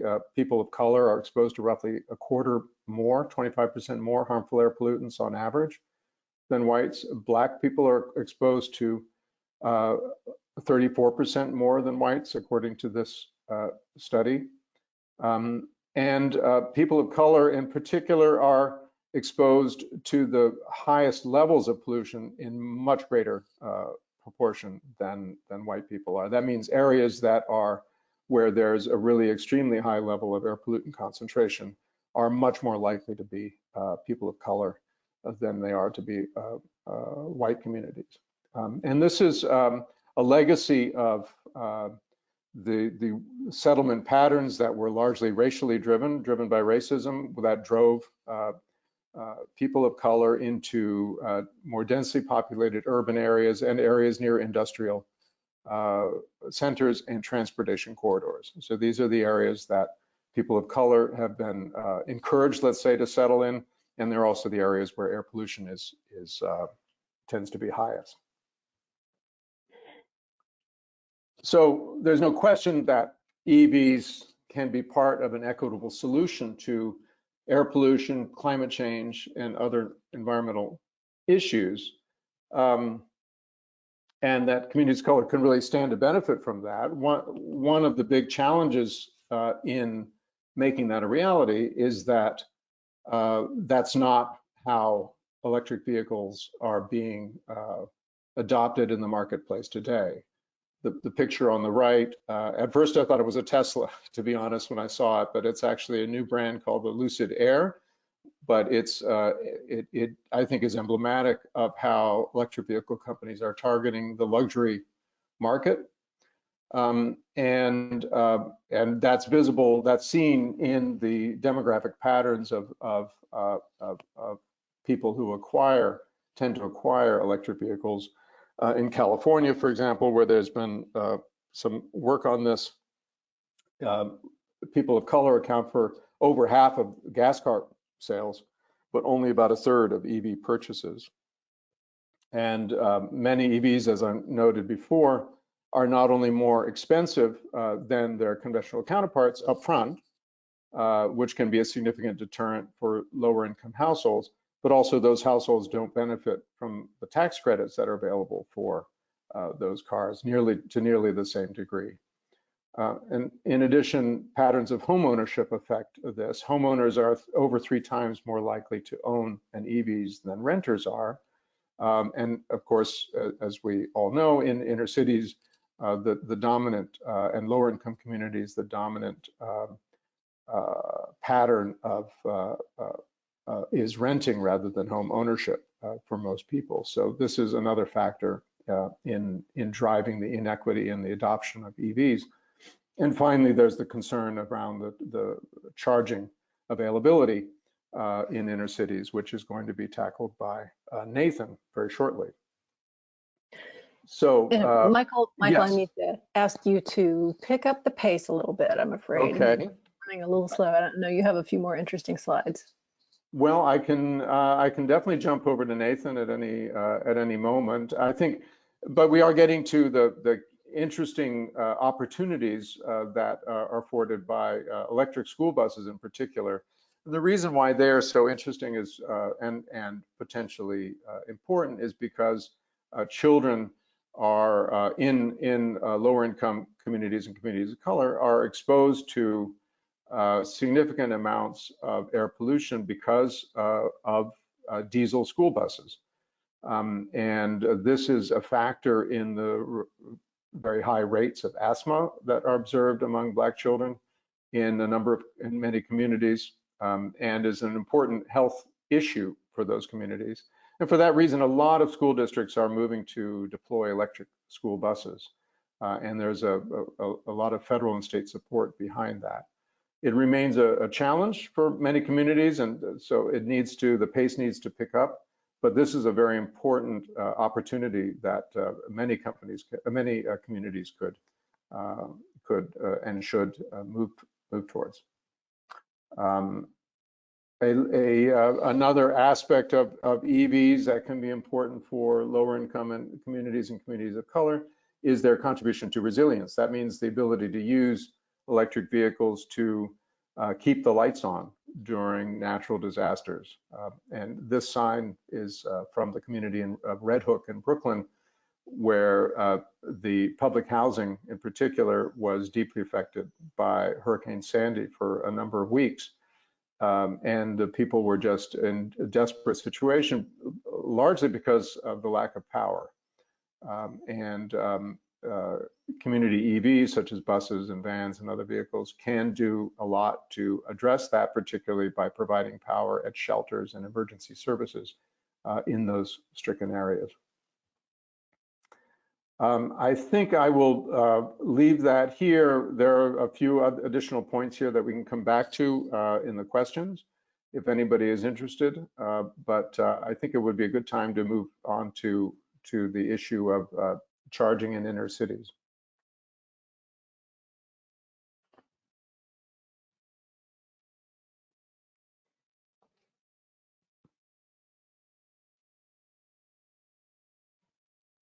Hi, everyone. Nathan King. I'm co-founder and CEO of It's Electric. I'm here in Brooklyn, and the company I started a couple of years ago is really focused on this problem that Michael set up around EV charging in cities. So why is this important? Well, the United States is increasingly becoming a more urban country. By 2050, about 90% of our population will live in cities. And right now, cities are a huge contributor of greenhouse gases, but also an opportunity to live more efficiently within our borders and reduce our carbon footprint in a way that is going to really shift how we think about greenhouse gas emissions in this country. The problem, though, is that we have difficulties getting EV charging in the cities. So in addition to there being sort of a climate problem and opportunity, there's also an access or equity issue here as well. Back of the napkin math for us, this is not data that's tracked anywhere, but we believe at least 40 million drivers don't have access to an off-street parking space. And we know from the Department of Energy that about 80% of EV charging occurs at home. And so for drivers who live in multifamily buildings and dense city areas without driveways or garages, the question is, how do we get EV charging to them so they have the same opportunities to own EVs, and so the cities and communities that they live in can realize these benefits? And this is something that in the United States, at least, has been sort of an ongoing problem and impediment to widespread EV adoption. We simply don't see the EV charging industry showing much interest in operating in cities, and even less interest around this specific problem of people who are parking their cars on the street. And creating these charging deserts that Michael mentioned before. In many U.S. cities, there is a disproportionate lack of EV charging. In many cases, you can go miles in large American cities where you don't have any public EV charging available to you. And because, again, you lack the opportunity to charge at home because you don't have that off-street parking, you're unable to install your own charger. So the solution that we are putting forward, or that we believe will happen, and this is also supported by our city departments of transportation. It's also supported by what we see happening in the EU and the UK. Is we need to bring a distributed network of charging to the curbside. So for people who do park their vehicles on the street, that they have a place to plug in and charge where they're already parking their vehicles. This ties into this equity question because especially when you get into city areas, you find that because a lot of underserved communities are underserved also by mass transit options, they have fewer opportunities to take buses and light rail. So here we're not really talking about dense urban downtown centers. We're really talking about the residential communities around the downtowns where people are using their vehicles for their daily commute. And these communities tend to be disproportionately affected by roadway pollution. And as Michael mentioned before, these tend to be frontline communities that tend to be the first to be displaced by climate events. So why don't we see cities putting more EV chargers in the ground? Well, we've identified what we think are 6 significant barriers to widespread deployment. So street parking we already talked about, but then as cities begin to think about and other EV charging companies begin to look at what is involved in getting a charger on the in the sidewalk and along the right of way, you encounter problems around the time that it takes to permit and install the charger, the cost of putting the charger in, the design of the charger. You know, are there EV chargers that are suitable for deployment in urban environments, and grid limitations.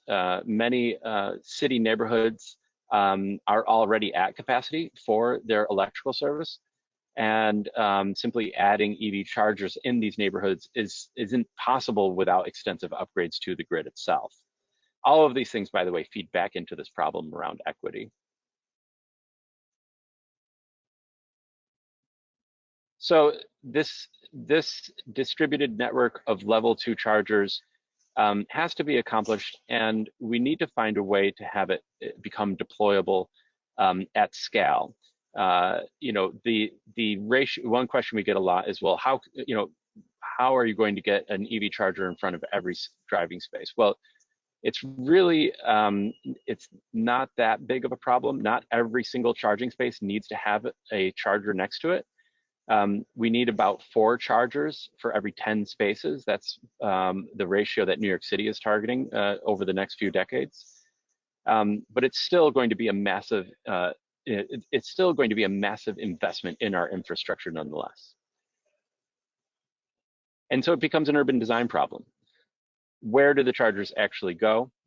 Where do they look like? What do they look like? How do they accommodate people's parking behaviors? How do we avoid creating problems for pedestrians as they walk? How do we make sure that we are setting aside options for cities to try other kinds of transportation, including micromobility, including buses, including bikes themselves?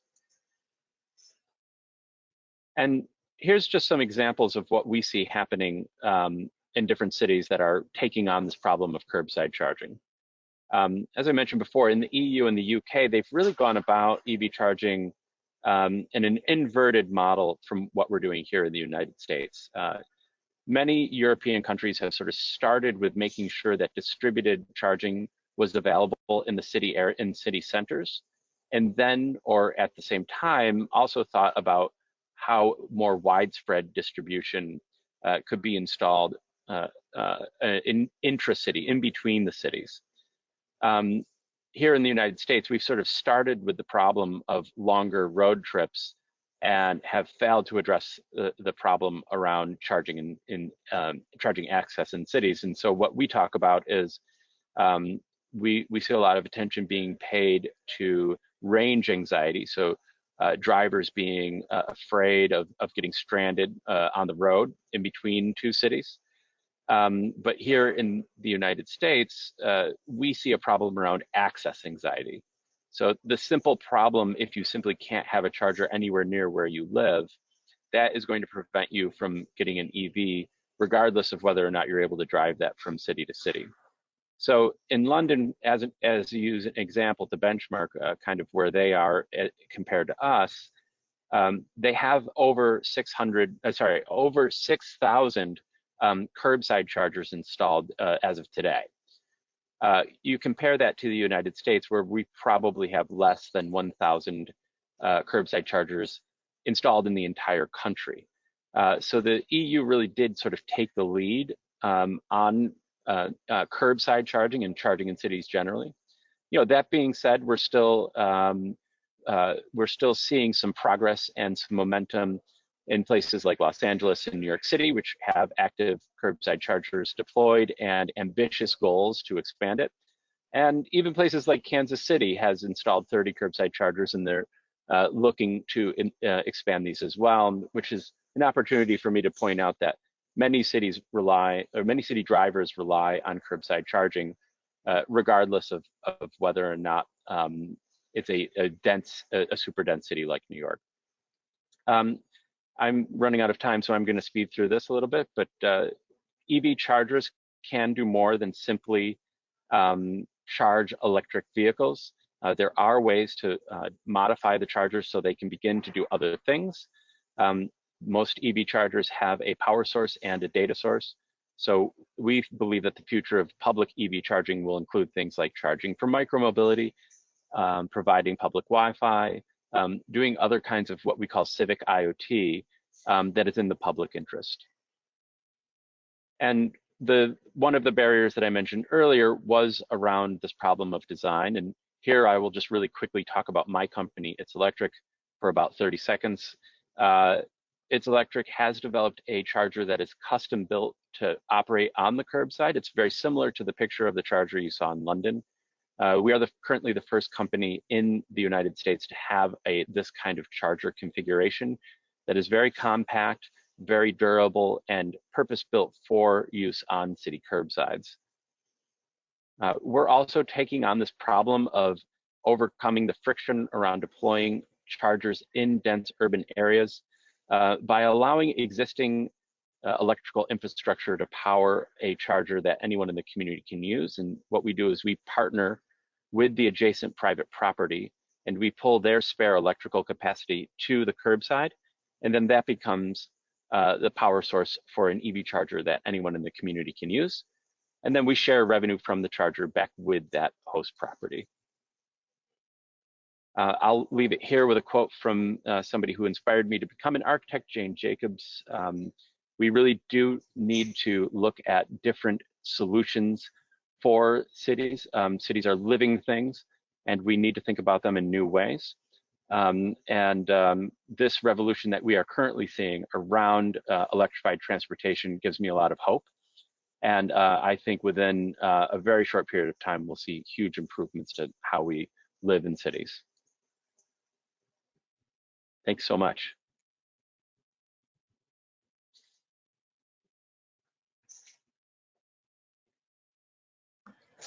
All right, and I will close before we get to the Q&A with just some of CEG's thoughts about the policy principles that we need to see in place as we, as cities and communities look at this infrastructure. We need I'm not going to read all these words, that is a lot of words, but you'll get the slides, of course. We need transparent and inclusive processes where we engage, we listen, we address community needs. We want to see comprehensive and flexible plans where you're not looking just at one type of vehicle, not just single family cars, but public transportation. And you can basically evaluate and adjust accordingly. And then center equity from the start, of course. Make sure that there are equity-based goals and that they can be tracked. And so with that, I think we'll open it up to questions. And if we can get kind of everybody back on, I'll turn on my camera. All right. We had some very good questions come in. Although I'm going to, and pardon my giant reading glasses because I can't see these things. There was one comment that I want to elevate because I thought it was really interesting, and that was, when are we going to see more signage on the highway roadsides? Yeah, we know that if you have an electric vehicle, you've got an app that tells you where the charging stations are, but why aren't there signs like that show, like, somebody who might be driving internal combustion vehicle, charger, so that then they start to get in their head how frequent those locations are. So that wasn't, I just want to elevate that concept for those out there who can influence such things. I thought that was a great point. Let's see. Okay, Nathan, is your charger ADA compliant? Yes, yes, it is. We studied this very carefully. We made sure that we didn't put anything onto the charger that would prevent someone from using it. So there's no twisting mechanisms associated with the charger. The charger port is located at the within the reach tolerances. And as we site the chargers, we're going to make sure that not only are we going to have the right clearances adjacent to the charger, but that we're also not installing it somewhere that's going to create an accessibility issue for somebody that's using the sidewalk. Do you have issues with vandalism? So far we haven't. You know, as I mentioned at the top, we're only a couple years old and we've got 7 chargers installed, and so far they haven't been damaged. We also know that from data that's been shared from New York City DOT that vandalism is very rare. Vandalism occurs on publicly accessible chargers, especially when they are located on private lots. So the pattern that we see over and over again is that a supermarket or like a fast food store will install a charger. It will tend to be out of the way and out of sight, and then the charger will be damaged. What we see for curbside chargers is, you know, even though we imagine that a lot of mischief happens on our city streets, they are in very public locations. That also sort of addresses a complaint that many people have about EV chargers feeling unsafe. To drive somewhere and you have to park your car in the back of a parking lot, you can feel a little exposed. Curbside charging lets you really sort of be out in the middle of a well-lit street and along a busy environment. Okay. For Michael, what is being done on the issue of the negative impacts of batteries? What's going on in the recycling space, the repurposing space? What were your findings there?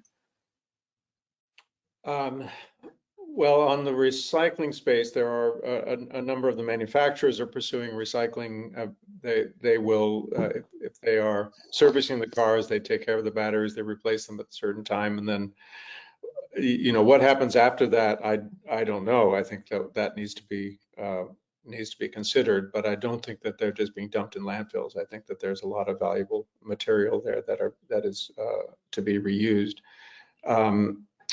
I think that on the manufacturing side, so much of the manufacturing occurs outside of the United States in developing countries, in China, that's to me a very big concern, that the standards that are being applied of environmental standards and safety standards are not adequate.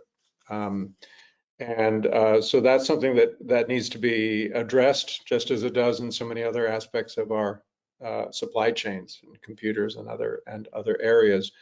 I think that there is a lot of very interesting research around new materials that could help replace lithium-ion batteries, and that would be much more sustainable in the long run. Unfortunately, there's nothing out there at the moment yet that can compete with lithium-ion, but I think it will come. So that's an area that I happen to be very interested in, and looking at ways that we can replace some of the components of lithium-ion batteries with much safer alternatives. There's a lot of research being done in that area that I think is very exciting. All right, Nathan, I think this one's probably for you. Utilities use a demand charge that often adds a cost, many times the actual cost of the actual power, making the charger bill extremely high. How can we solve this? This is a very good question, and it's a problem for the industry right now, not just my company, but for especially in particular companies that are doing DC fast charging. We didn't really get too into the weeds about how there are different types of charging speeds. For us, because we're typically working with host properties that have a non-demand charge rate structure, and because we're a lower voltage EV charger, it won't be as big a problem for us as the larger DC fast charging companies that use really a lot of power in a single location. I would say, you know, longer term solutions. I believe there's a bill in the New York State Senate right now that is looking to set is looking basically to set a consistent rate across New York State for DC fast charging. that will allow the operators to have a certain amount of confidence and that the rates that they set for their customers won't get wiped out by demand charges. Okay. Let's see, we have so many good questions here. Well, what is the average cost of your charging stations? That's kind of a ballpark. Yeah, that's a good question. Ballpark, you know, we're looking at around $3,000 for a charger.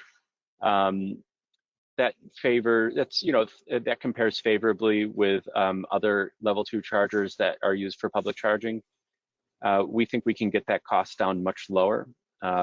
We've done a lot to remove some of the components that public EV charging doesn't really need to have. There is, of course, the cost of install, which varies, but you know, all in, we're estimating between $75,000 to $10,000 per install, but that cost will come down quite significantly once we begin to scale up. Okay. I'm going to throw this to both of you. You have been talking about infrastructure issues at various levels, federal, state, etc. But which is proving to be the most difficult to improve EV infrastructure? Federal, state, local, utility? What's the hardest? Well, I'll jump in quickly, and then I'm sure Nathan has more sort of day-to-day experience with some of the challenges. Certainly, the federal government has, in the last few years, the Biden administration has been really taking the lead in putting the federal government's weight behind expansion of electric vehicles.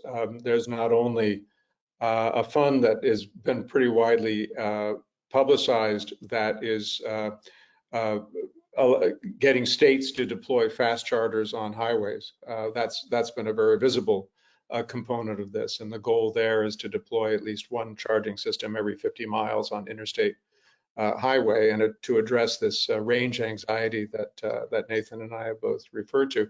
But there's also a much less well-publicized initiative to get distributed charging into cities and communities. And it's about half the amount of money, but it's still a very significant amount. And a lot of that is actually directed, I think 40% is directed at disadvantaged communities in particular. So getting it in. So that sort of push is there. I think one of the biggest challenges is, first of all, there's so many. If you get down to the issue of distributed charging, every community has its own sets of rules and regulations and political environment and things like that. So a company like Nathan's has to be very careful in picking and choosing the where they're going to go first to be successful. And if you just try to go everywhere all at once, you get bogged down in a lot of local processes. I think that would be very challenging. So things take time to bubble up at the community level, at the state level. And I think that's where a lot of the opportunity lies for things like electric school buses, for example.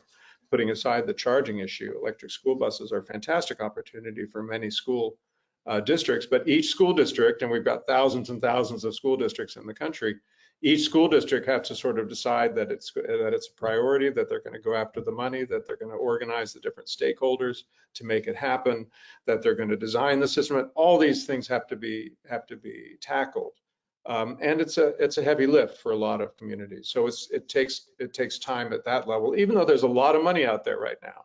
The federal government is putting a lot of money and a lot of resources into it. It still needs that local and state level pull to make it happen. All righty.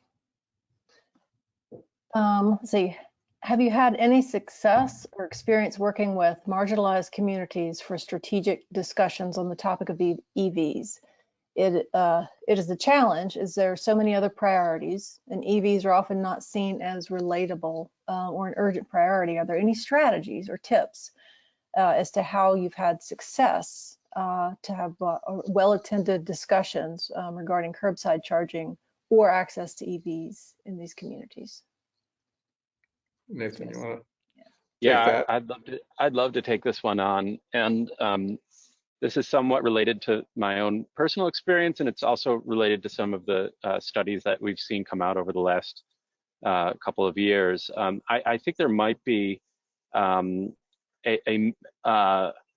think there might be a misperception that low income communities or lower income, moderate income communities aren't interested, or they don't see electric vehicles as a priority. I will tell you from my personal experience, that is not the case at all. And I can also point you towards a Consumer Reports study that was done late last year that actually showed higher demand in minority communities for electric vehicles than in white communities. The issue that we see as a barrier for adoption after you remove cost is access to charging. So Michael talked about some of the cost issues. We think that problem is slowly getting solved because of the secondary market and because the OEMs are offering new models that are more affordable. But the access to charging is still, I think, one of the major problems. And so this question of like, how do we get interest or from disadvantaged communities who might see this as a priority? I think that isn't going to be a hard sell for us. I think the advantages of electric vehicles are so immediately obvious once you start to enter into these conversations that it quickly does become a priority.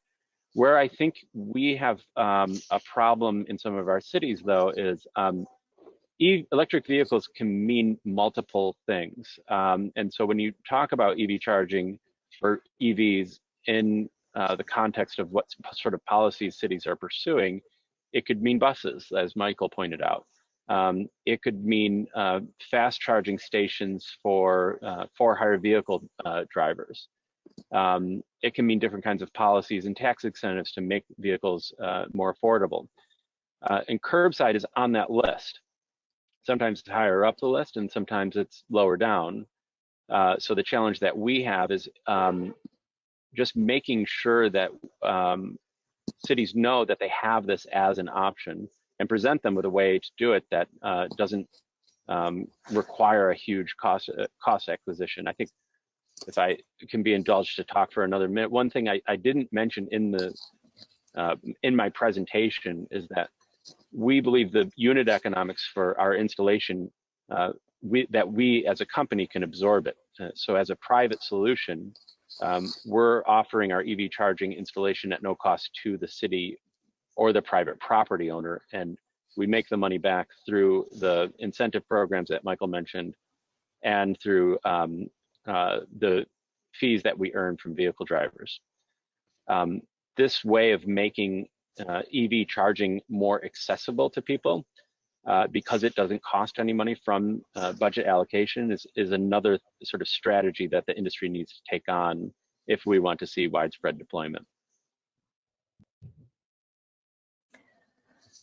All right, let's see. Let's see if we've got one quick question. There was one point that I think is important that also I think CEG will kind of look at incorporating into our sort of our policy thoughts, and that is looking at who is profiting off of these situations. So that's another good consideration. I just want to point out, I think this is one of the things I really love about Nathan's company's model, is that unlike many other charging models out there, a good deal of the profit, if you want to call it that, from the charging goes to the property owner, to the homeowner or to the landlord or to whoever that person is. So there's a certain portion of that comes into the community, which I think is essential to get community support. And just from a basic equity perspective, there are certainly other ways of doing it, and they tend to be sort of more big brother type solutions where the utility comes in and installs their equipment, and then it's not less clear sort of where the profit goes. So I think that's a very nice thing about that, and I think we have to think more creatively like that, so that EVs are not seen and it's not the reality that EVs are simply you know, big business profits going back to business and not really benefiting the communities. All right, well, I think with that, we're at time. And so we can wrap things up. Sam, I'll turn it back over to you. Thank you, Shelley. Thank you you both. so much. I didn't realize I was muted there. Thank you so much, Nathan and Michael and Shelley. That was really wonderful. Thank you to everyone who attended. We will have slides and a recording posted soon, and we'll send those out to you via email. Thank you so much, everyone. Bye-bye.